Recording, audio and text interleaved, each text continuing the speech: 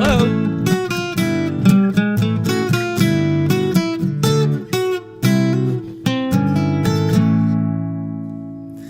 Ladies and gentlemen. Or whichever gender you would prefer to be. Yeah. Actually.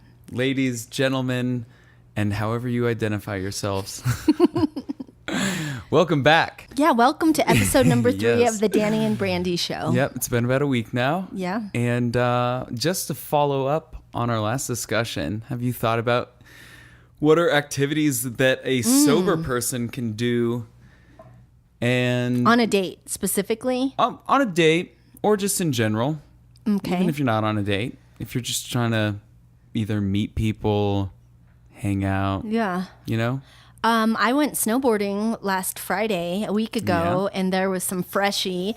And we had talked about speed dating in the last episode and that speed dating on chairlifts. And although I was with my friend who is male, I did strike up a conversation with someone who rode the gondola up with us. And we exchanged information. And he's Chilean and he lives in Mexico. And it's so interesting, the conversations that you can strike up in those moments where you're kind of forced to be on something for like 10 to 15 minutes. Like, do you just sit there and not say anything to each other? Do you strike up a conversation? Do you just keep your headphones on? And I know that like every situation is completely different, but it's interesting to see how that unfolds. Yeah.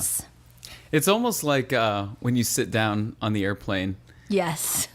And you're like, all right, how's this going to go? Are we going to like say hi, number one? Or are we just going to go about our business? Is this going to turn into a long conversation? I feel like the chair, because there's not as much commitment. It's like, like you said, 7 to 15 minute long chair ride. Yeah. It's kind of like, and you're, both doing skiing. You're both snowboarding or skiing. Yeah. Hey, going back to the airplane, would you, and be honest about this, would you say that you are more likely to talk to somebody and engage if they are good looking? Or do you engage regardless? Like female or male? Yeah. Like, Okay, how much well, does our physical, whether or not we're actually physically attracted to that person, what does that look like? What instigates us to actually communicate with people? Well, I will say that as a young boy growing up, it was always a dream to find yourself sitting next to a beautiful woman on a plane and then striking up a conversation. And by the time you land, you swapped information, maybe a kiss, and and then the children and the marriage and all that stuff comes later. Hasn't happened to this date. Actually, no, that's not true. I've definitely sat next to some attractive ladies on an airplane and struck up conversation and did swap information. But the last time that happened, she was in a very serious relationship with somebody. Just a good person to talk to. And yes, I think it's probably, I don't know if it's sad, but true. But yeah, I'd say like if there's an attractive lady sitting next to me, then I'm going to probably say something. Right. But also, on the male side, if an attractive man was sitting next to me, I think it's more or less like, is there something that cues me off that I like want to have a conversation with this person? Like I remember sitting next to somebody and I found out that he was a professor at CU. Actually just zip up my... You have a lot of zippers, Danny. I'm a zipper man. I see 1, 2, 3, 4, 5, 6, 7, 8. Geesh. And you know why I like Lululemon so much? Zippers on their hoodies, because they know that if you're doing yoga, that you're going to be all bent around. Yeah. And they don't want stuff falling out of your pocket, you know? Yeah. So, mad props to I have no Lululemon. zippers today. I have elastic waistband, hoodie, no zips. No zip? I can't zips. live without zips. Have you ever lost something from a pocket? No. No. Okay. Well, you don't need them. Anyway. No, I probably have. Back to the story. This guy turned out to be Tom Cech from the University of Colorado, who is the frickin' man when it comes to molecular cellular developmental biology.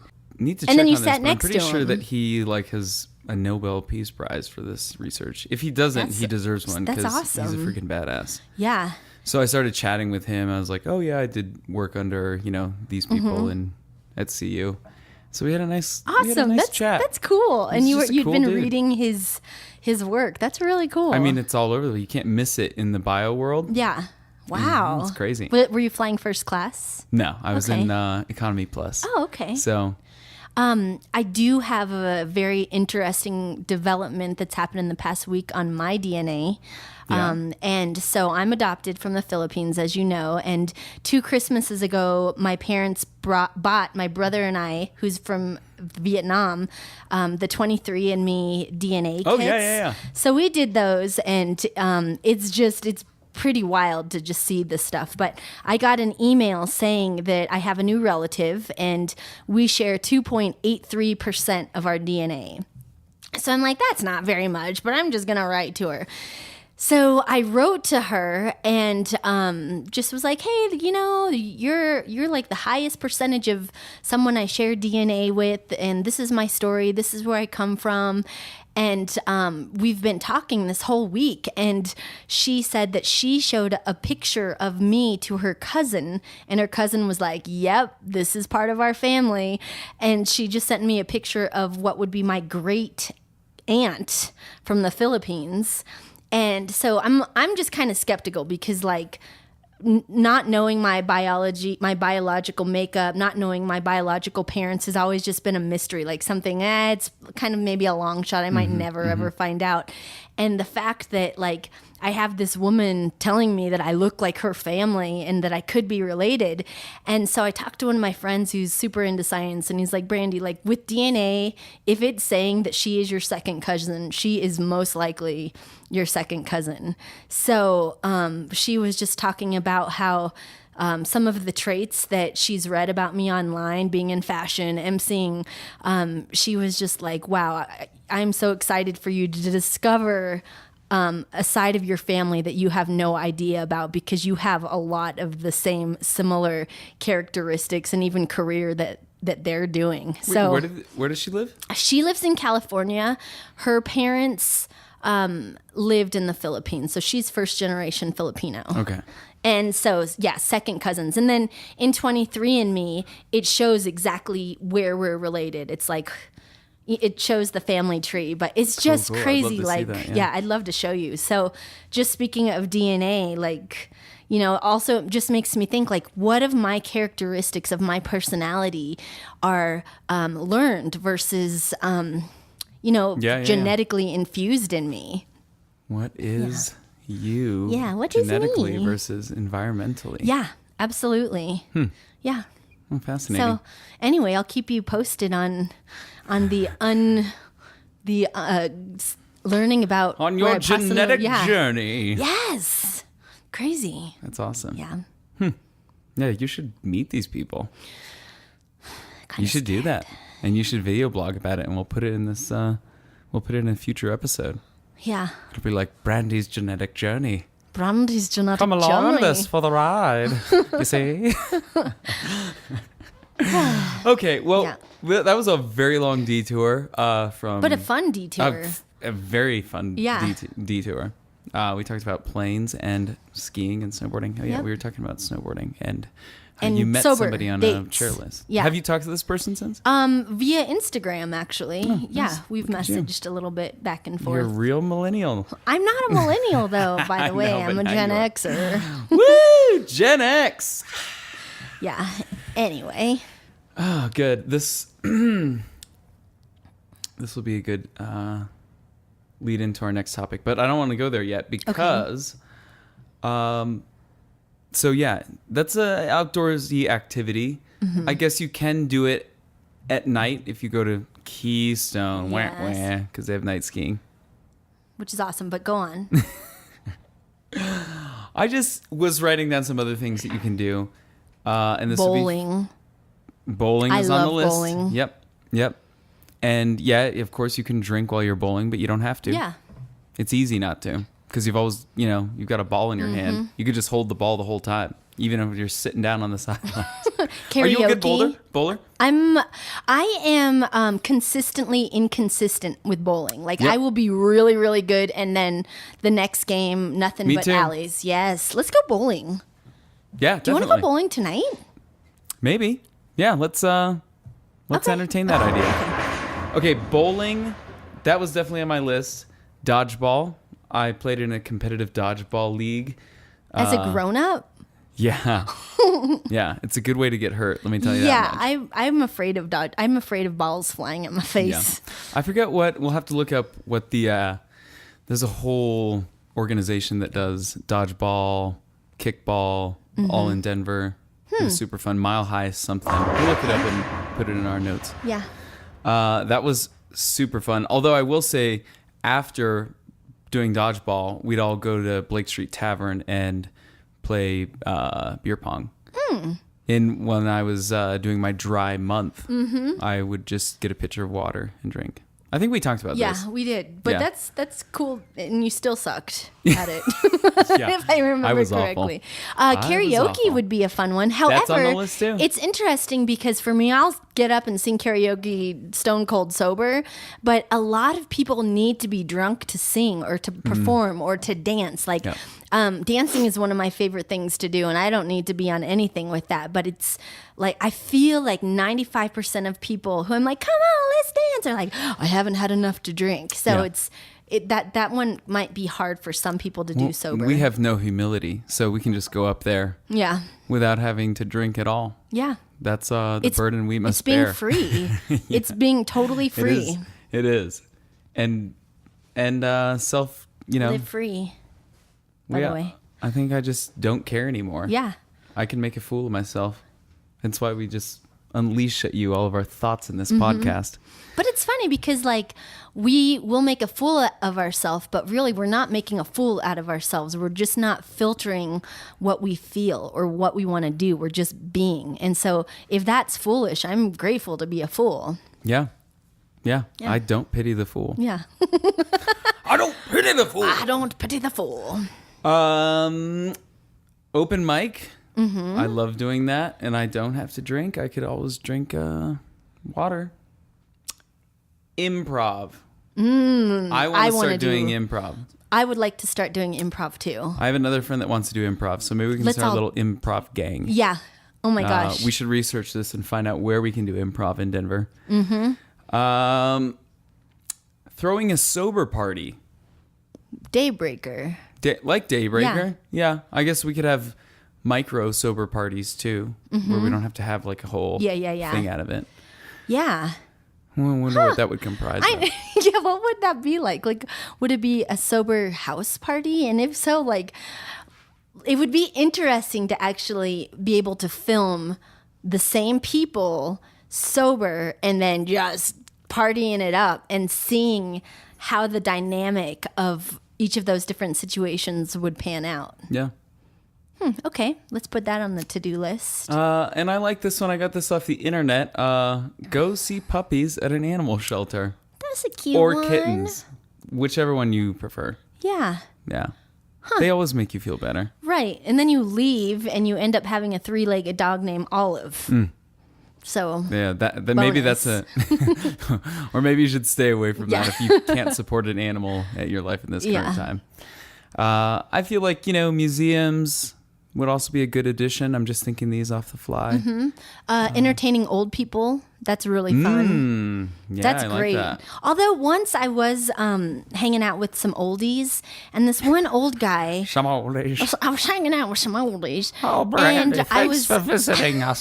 We truly appreciate it. I was sitting next to this old man, and he's like, "How much?" And I'm like, "Excuse me?"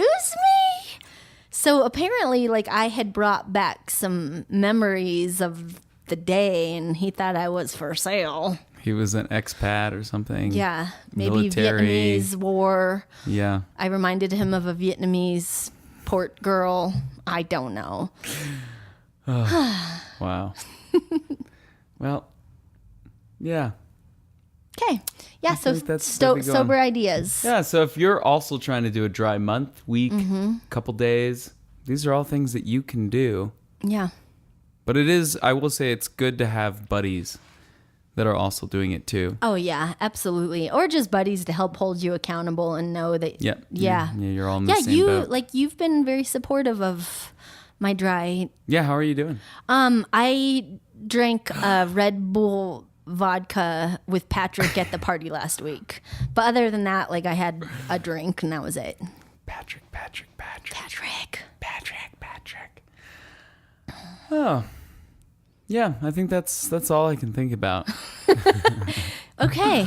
So today we talked about dreams and sobriety and I do and have meeting something people. to bring up about snowboarding because I was doing that this past weekend. And if you go on Breckenridge, I have a challenge that I started. This is what I call the Danny Challenge at Breckenridge. And that is skiing all 5 peaks, 6 through 10, and the back bowls, getting to all of those in the shortest amount of time, shortest amount of lifts.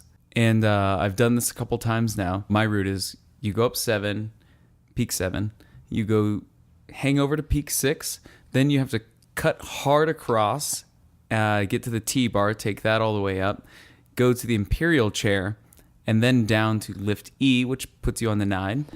Then you ski all the way over to Falcon chair, which takes you to 10. And then you can cut across to the Super Connect, which takes you back over to 8. And you can cut all the way across to 7. And bing, bang, boom, you've knocked it out.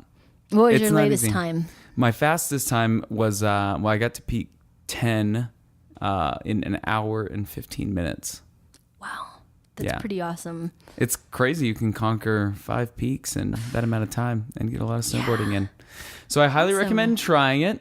And if you can think of a better way to do it than the one I just described, let us know in the comments. Yeah. Last weekend, it started dumping. This was on Friday, and my friend Scott and I were up there. We were actually about to leave, and the snow just got so good. So we did some night riding at Keystone, and it was incredible. Yeah. Incredible. And I just want to show, it's 54 degrees out right now. 53, yeah. 53 degrees out right now. So if you've at all been paying attention to the thermometer behind us, this is the warmest it's been. It was 7, our first podcast. Yeah. It was then cold. like 20 something, our last podcast, and now 53. Yeah. And thanks for the weather update, Brandi. You're welcome. Meteorologist Brandi Shigley. This is actually the coldest February in Colorado in 100 years. I don't know what people keep saying about climate change, you know? It's clearly getting colder. So, not chew on that for a while, you liberal snowflakes. I'm just kidding. I feel the opposite way. Okay. I wanted to bring up a little segment, unless you have something that you're really dying to talk about. So we are now on Apple Podcasts, Google Podcasts, Pocket Casts, and our website, and the YouTube. Danny and Brandi Show.com. And we are on YouTube, and you can see the video version. I was at my sister and brother-in-law's, and they were like, made a reference to some hippo, lawnmower pooping or sprinkler pooping. And I was like, what the heck are you guys hippo? talking about? And they're like, what? You don't know about this? And then they proceeded to show me a YouTube video, which I'm about to show you right now. Oh, whoa. Which allegedly was like an old... Okay, when it was posted on here was 2012. So that was a good 7 years ago. And they're like, how have you not seen this? We thought you showed it to us. So I'm going to show you this video because it is ridiculous via YouTube.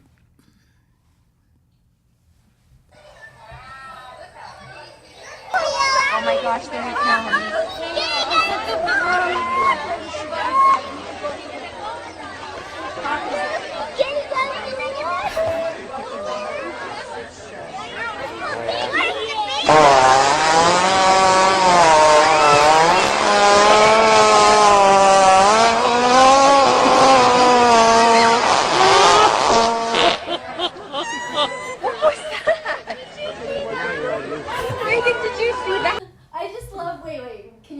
Okay, it says, hippo has gas, farts, then flicks poop all over.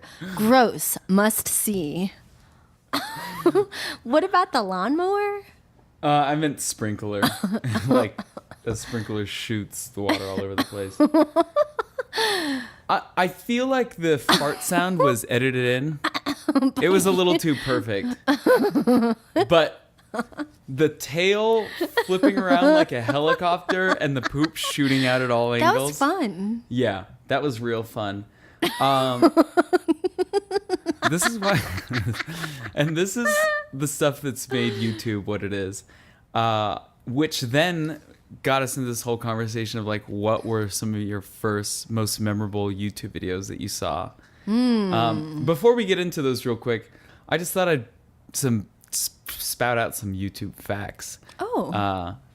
Because I think we forget like how crazy it is that something like YouTube came along and changed the internet and the world and allows us to do stuff like this. Yeah. Just some quick wiki information. YouTube is an American video sharing website headquartered in San Bruno, California. 3 former PayPal employees, Chad Hurley, Steve Chen, and Jawed Karim, created the service in February of 2005, which really wasn't that long ago. Yeah. 14 years ago? Yeah, 14 years. Yeah, wow. to the date, February. Karim said the inspiration for YouTube first came from Janet Jackson's role in the 2004 Super Bowl incident. That was 2004 already when Yeah. her boobie showed? Yeah, when her breast was exposed during her performance, JT. Yeah. Huh. Which, do you think that was I don't an know. accident? It didn't look like it was on accident. It's like he did that on purpose. And was she wearing a pasty or was it just... Pasty. I think she had a pasty. Not just a bare nipple. When her breast was exposed during the performance. And then it was inspired by that. And later from the 2004 Indian Ocean tsunami. Karim said that he couldn't easily find video clips of either event online. That dirty guy. Looking up Janet Jackson boobie.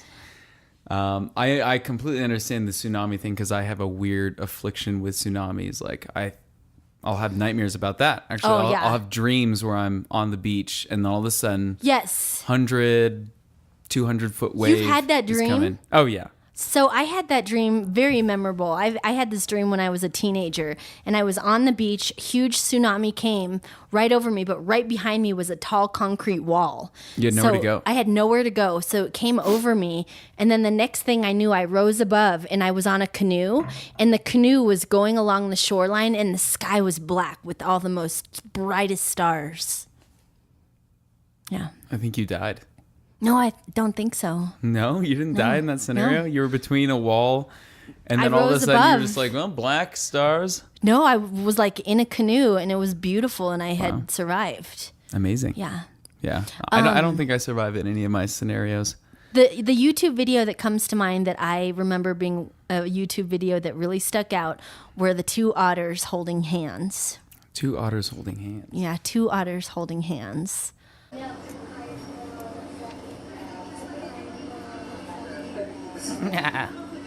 Hello.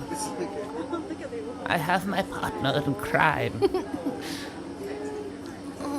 Sea otters are pretty darn cute. Yeah, this little guy died. He was like 17 and passed away. But come on. They're so cute. When I think of otters, I think of South Park and that episode. Did you ever watch South Park? Sometimes. The otters would always discourage the humans. This is in the distant future, where otters have evolved and to be like bigger and speak to humans. And they would say to the humans, Why would you use tables when you have perfectly good tummies? when they're talking about eating, Yeah. you know, because otters eat On their tummies. on their tummies, yeah. That is pretty darn cute. Yeah.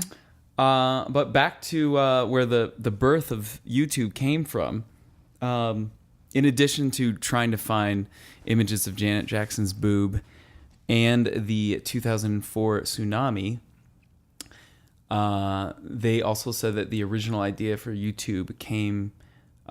they wanted it to be a video version of an online dating service, the Hot or Not. Oh, I remember that Hot or Not. Video? I don't think I don't remember. I thought it might have been like an app or a website. I don't quite the remember. Original Tinder, maybe. So yeah, that's where the influences came from.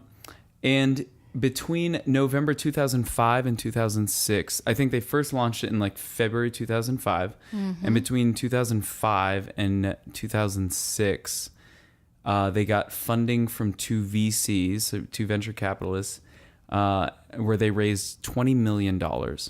Wow.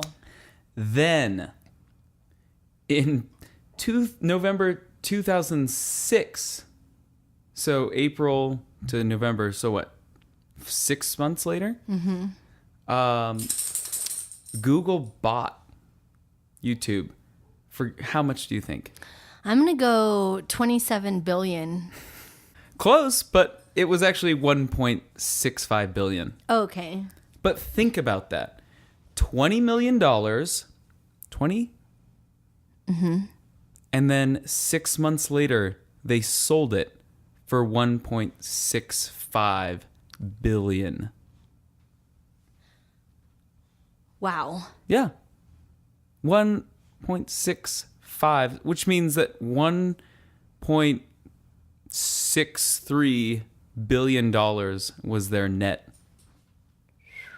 profit. Jeesh. Crazy.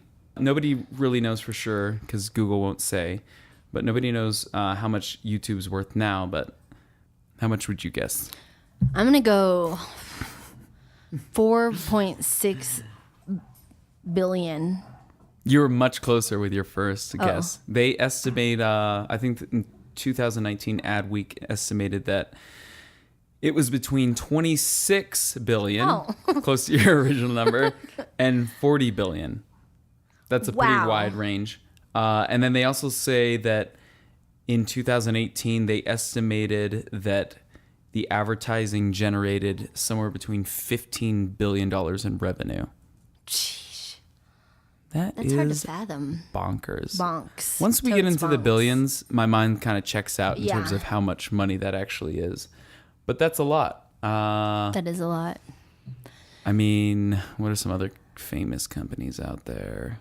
I mean, Amazon. yeah, I don't even. Yeah. We won't even That's go a there whole- because yeah. that's a whole conversation that I don't have the information. Yeah, I don't start even feel talking like about. talking about Yeah. that actually. But I would love to know what your guys' memorable YouTube videos that you remember looking at. And long time ago. I'm gonna share the first one that I really remember seeing, and this was in 2007. So Okay. this is like a couple years after YouTube started. But this one is like the one where it was like the first viral video that I remember, or first video that went viral that I remember. Let's see if you've seen this one. And one of the things that's done is right here, these buckets are filled with grapes. What kind of grapes? These are filled with Chamberson grapes, and the winner one's kinda this mean, Saturday but- who stomps the most juice will actually win an overnight stay here at Chateau Alon. You ready? You ready to try it? Yeah, sure. Let's go. Not disgusting. Let's All right, go. you ready? Give us a 30-second time. Here we go. So what's the deal here?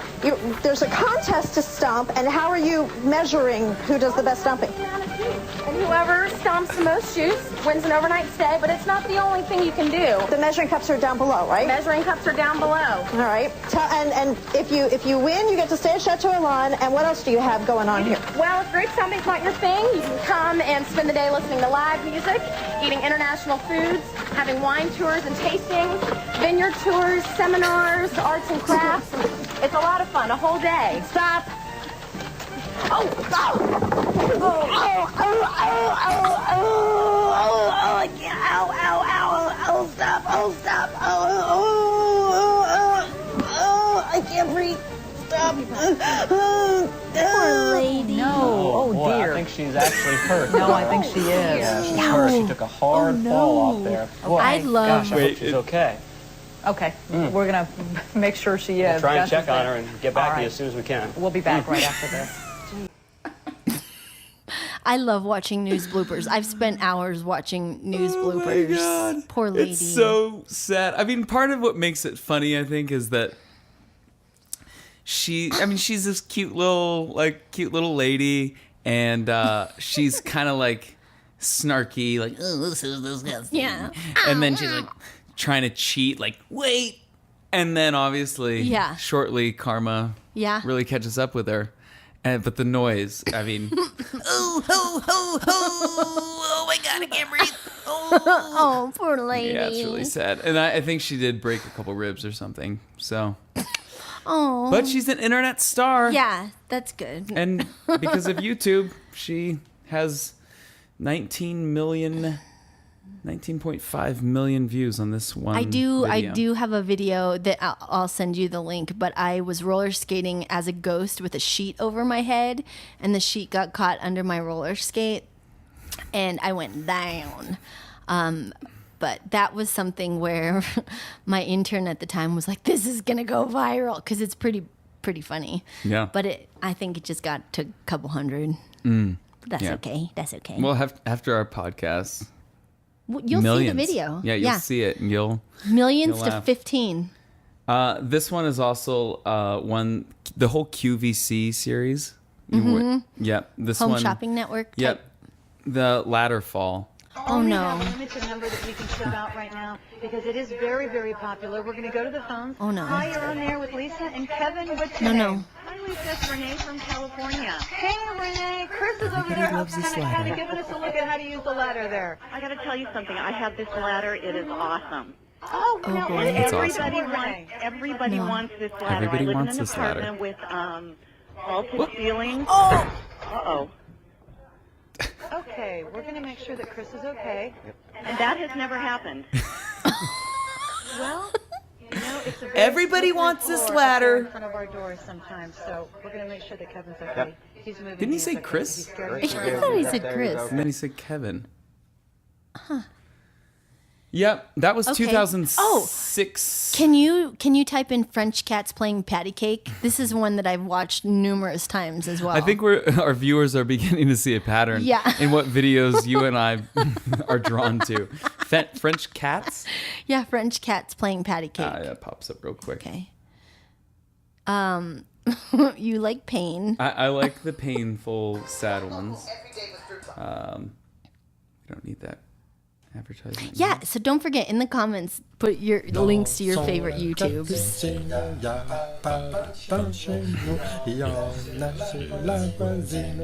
Wow, it looks like he's on a mirror.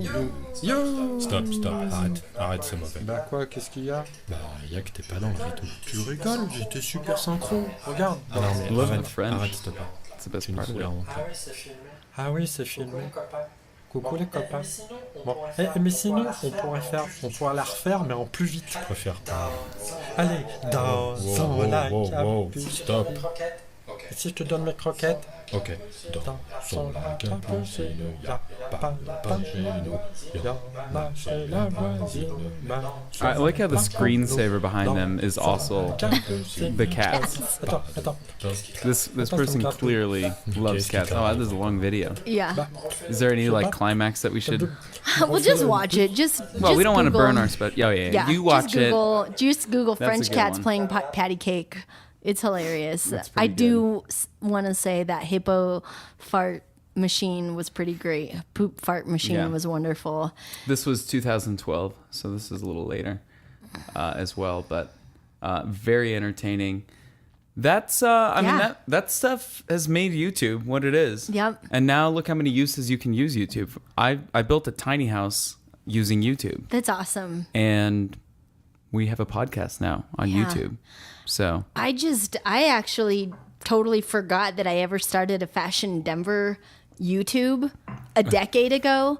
And I stumbled upon it, and I have these interviews shout with out Fashion designers. Denver. Fashion Denver. But I have all these interviews, and it was like unlocked out of a vault. So just the fact that, just for archiving and like a place to see these some of these designers have gone on to do huge things. Yeah. Yeah. That's awesome. Yeah. A little time capsule. Yeah. So are you going to start doing more stuff with your YouTube? On Fashion Denver? Mm-hmm. Yes. Well, we look forward to seeing it. Yes. Thank you. Yeah. Yeah. Thanks. So, power of YouTube. Yeah, power Is of that our YouTube. takeaway for this Yeah, week? this has been a fun episode, Danny. I think it's time to close the curtain on episode number 3. to wrap her up. We're gonna go ahead and wrap her up. But thank you for tuning in. Again, you can find us on Google, on iBull. Will you say it? Eyeball. You can see us on Eyeball with your eyeballs, you say. You can find us on Apple Podcasts. You can find us on Google Podcasts. You can find us on Pocket Casts. You can find us on our website, the Danny and Brandi Show.com. And of course, you can find us right here on YouTube on our channel. It's called The Danny and Brandi Show. Yes. So thanks for tuning in. Yes. Make sure you like, comment, and subscribe. Until next time. Cheers.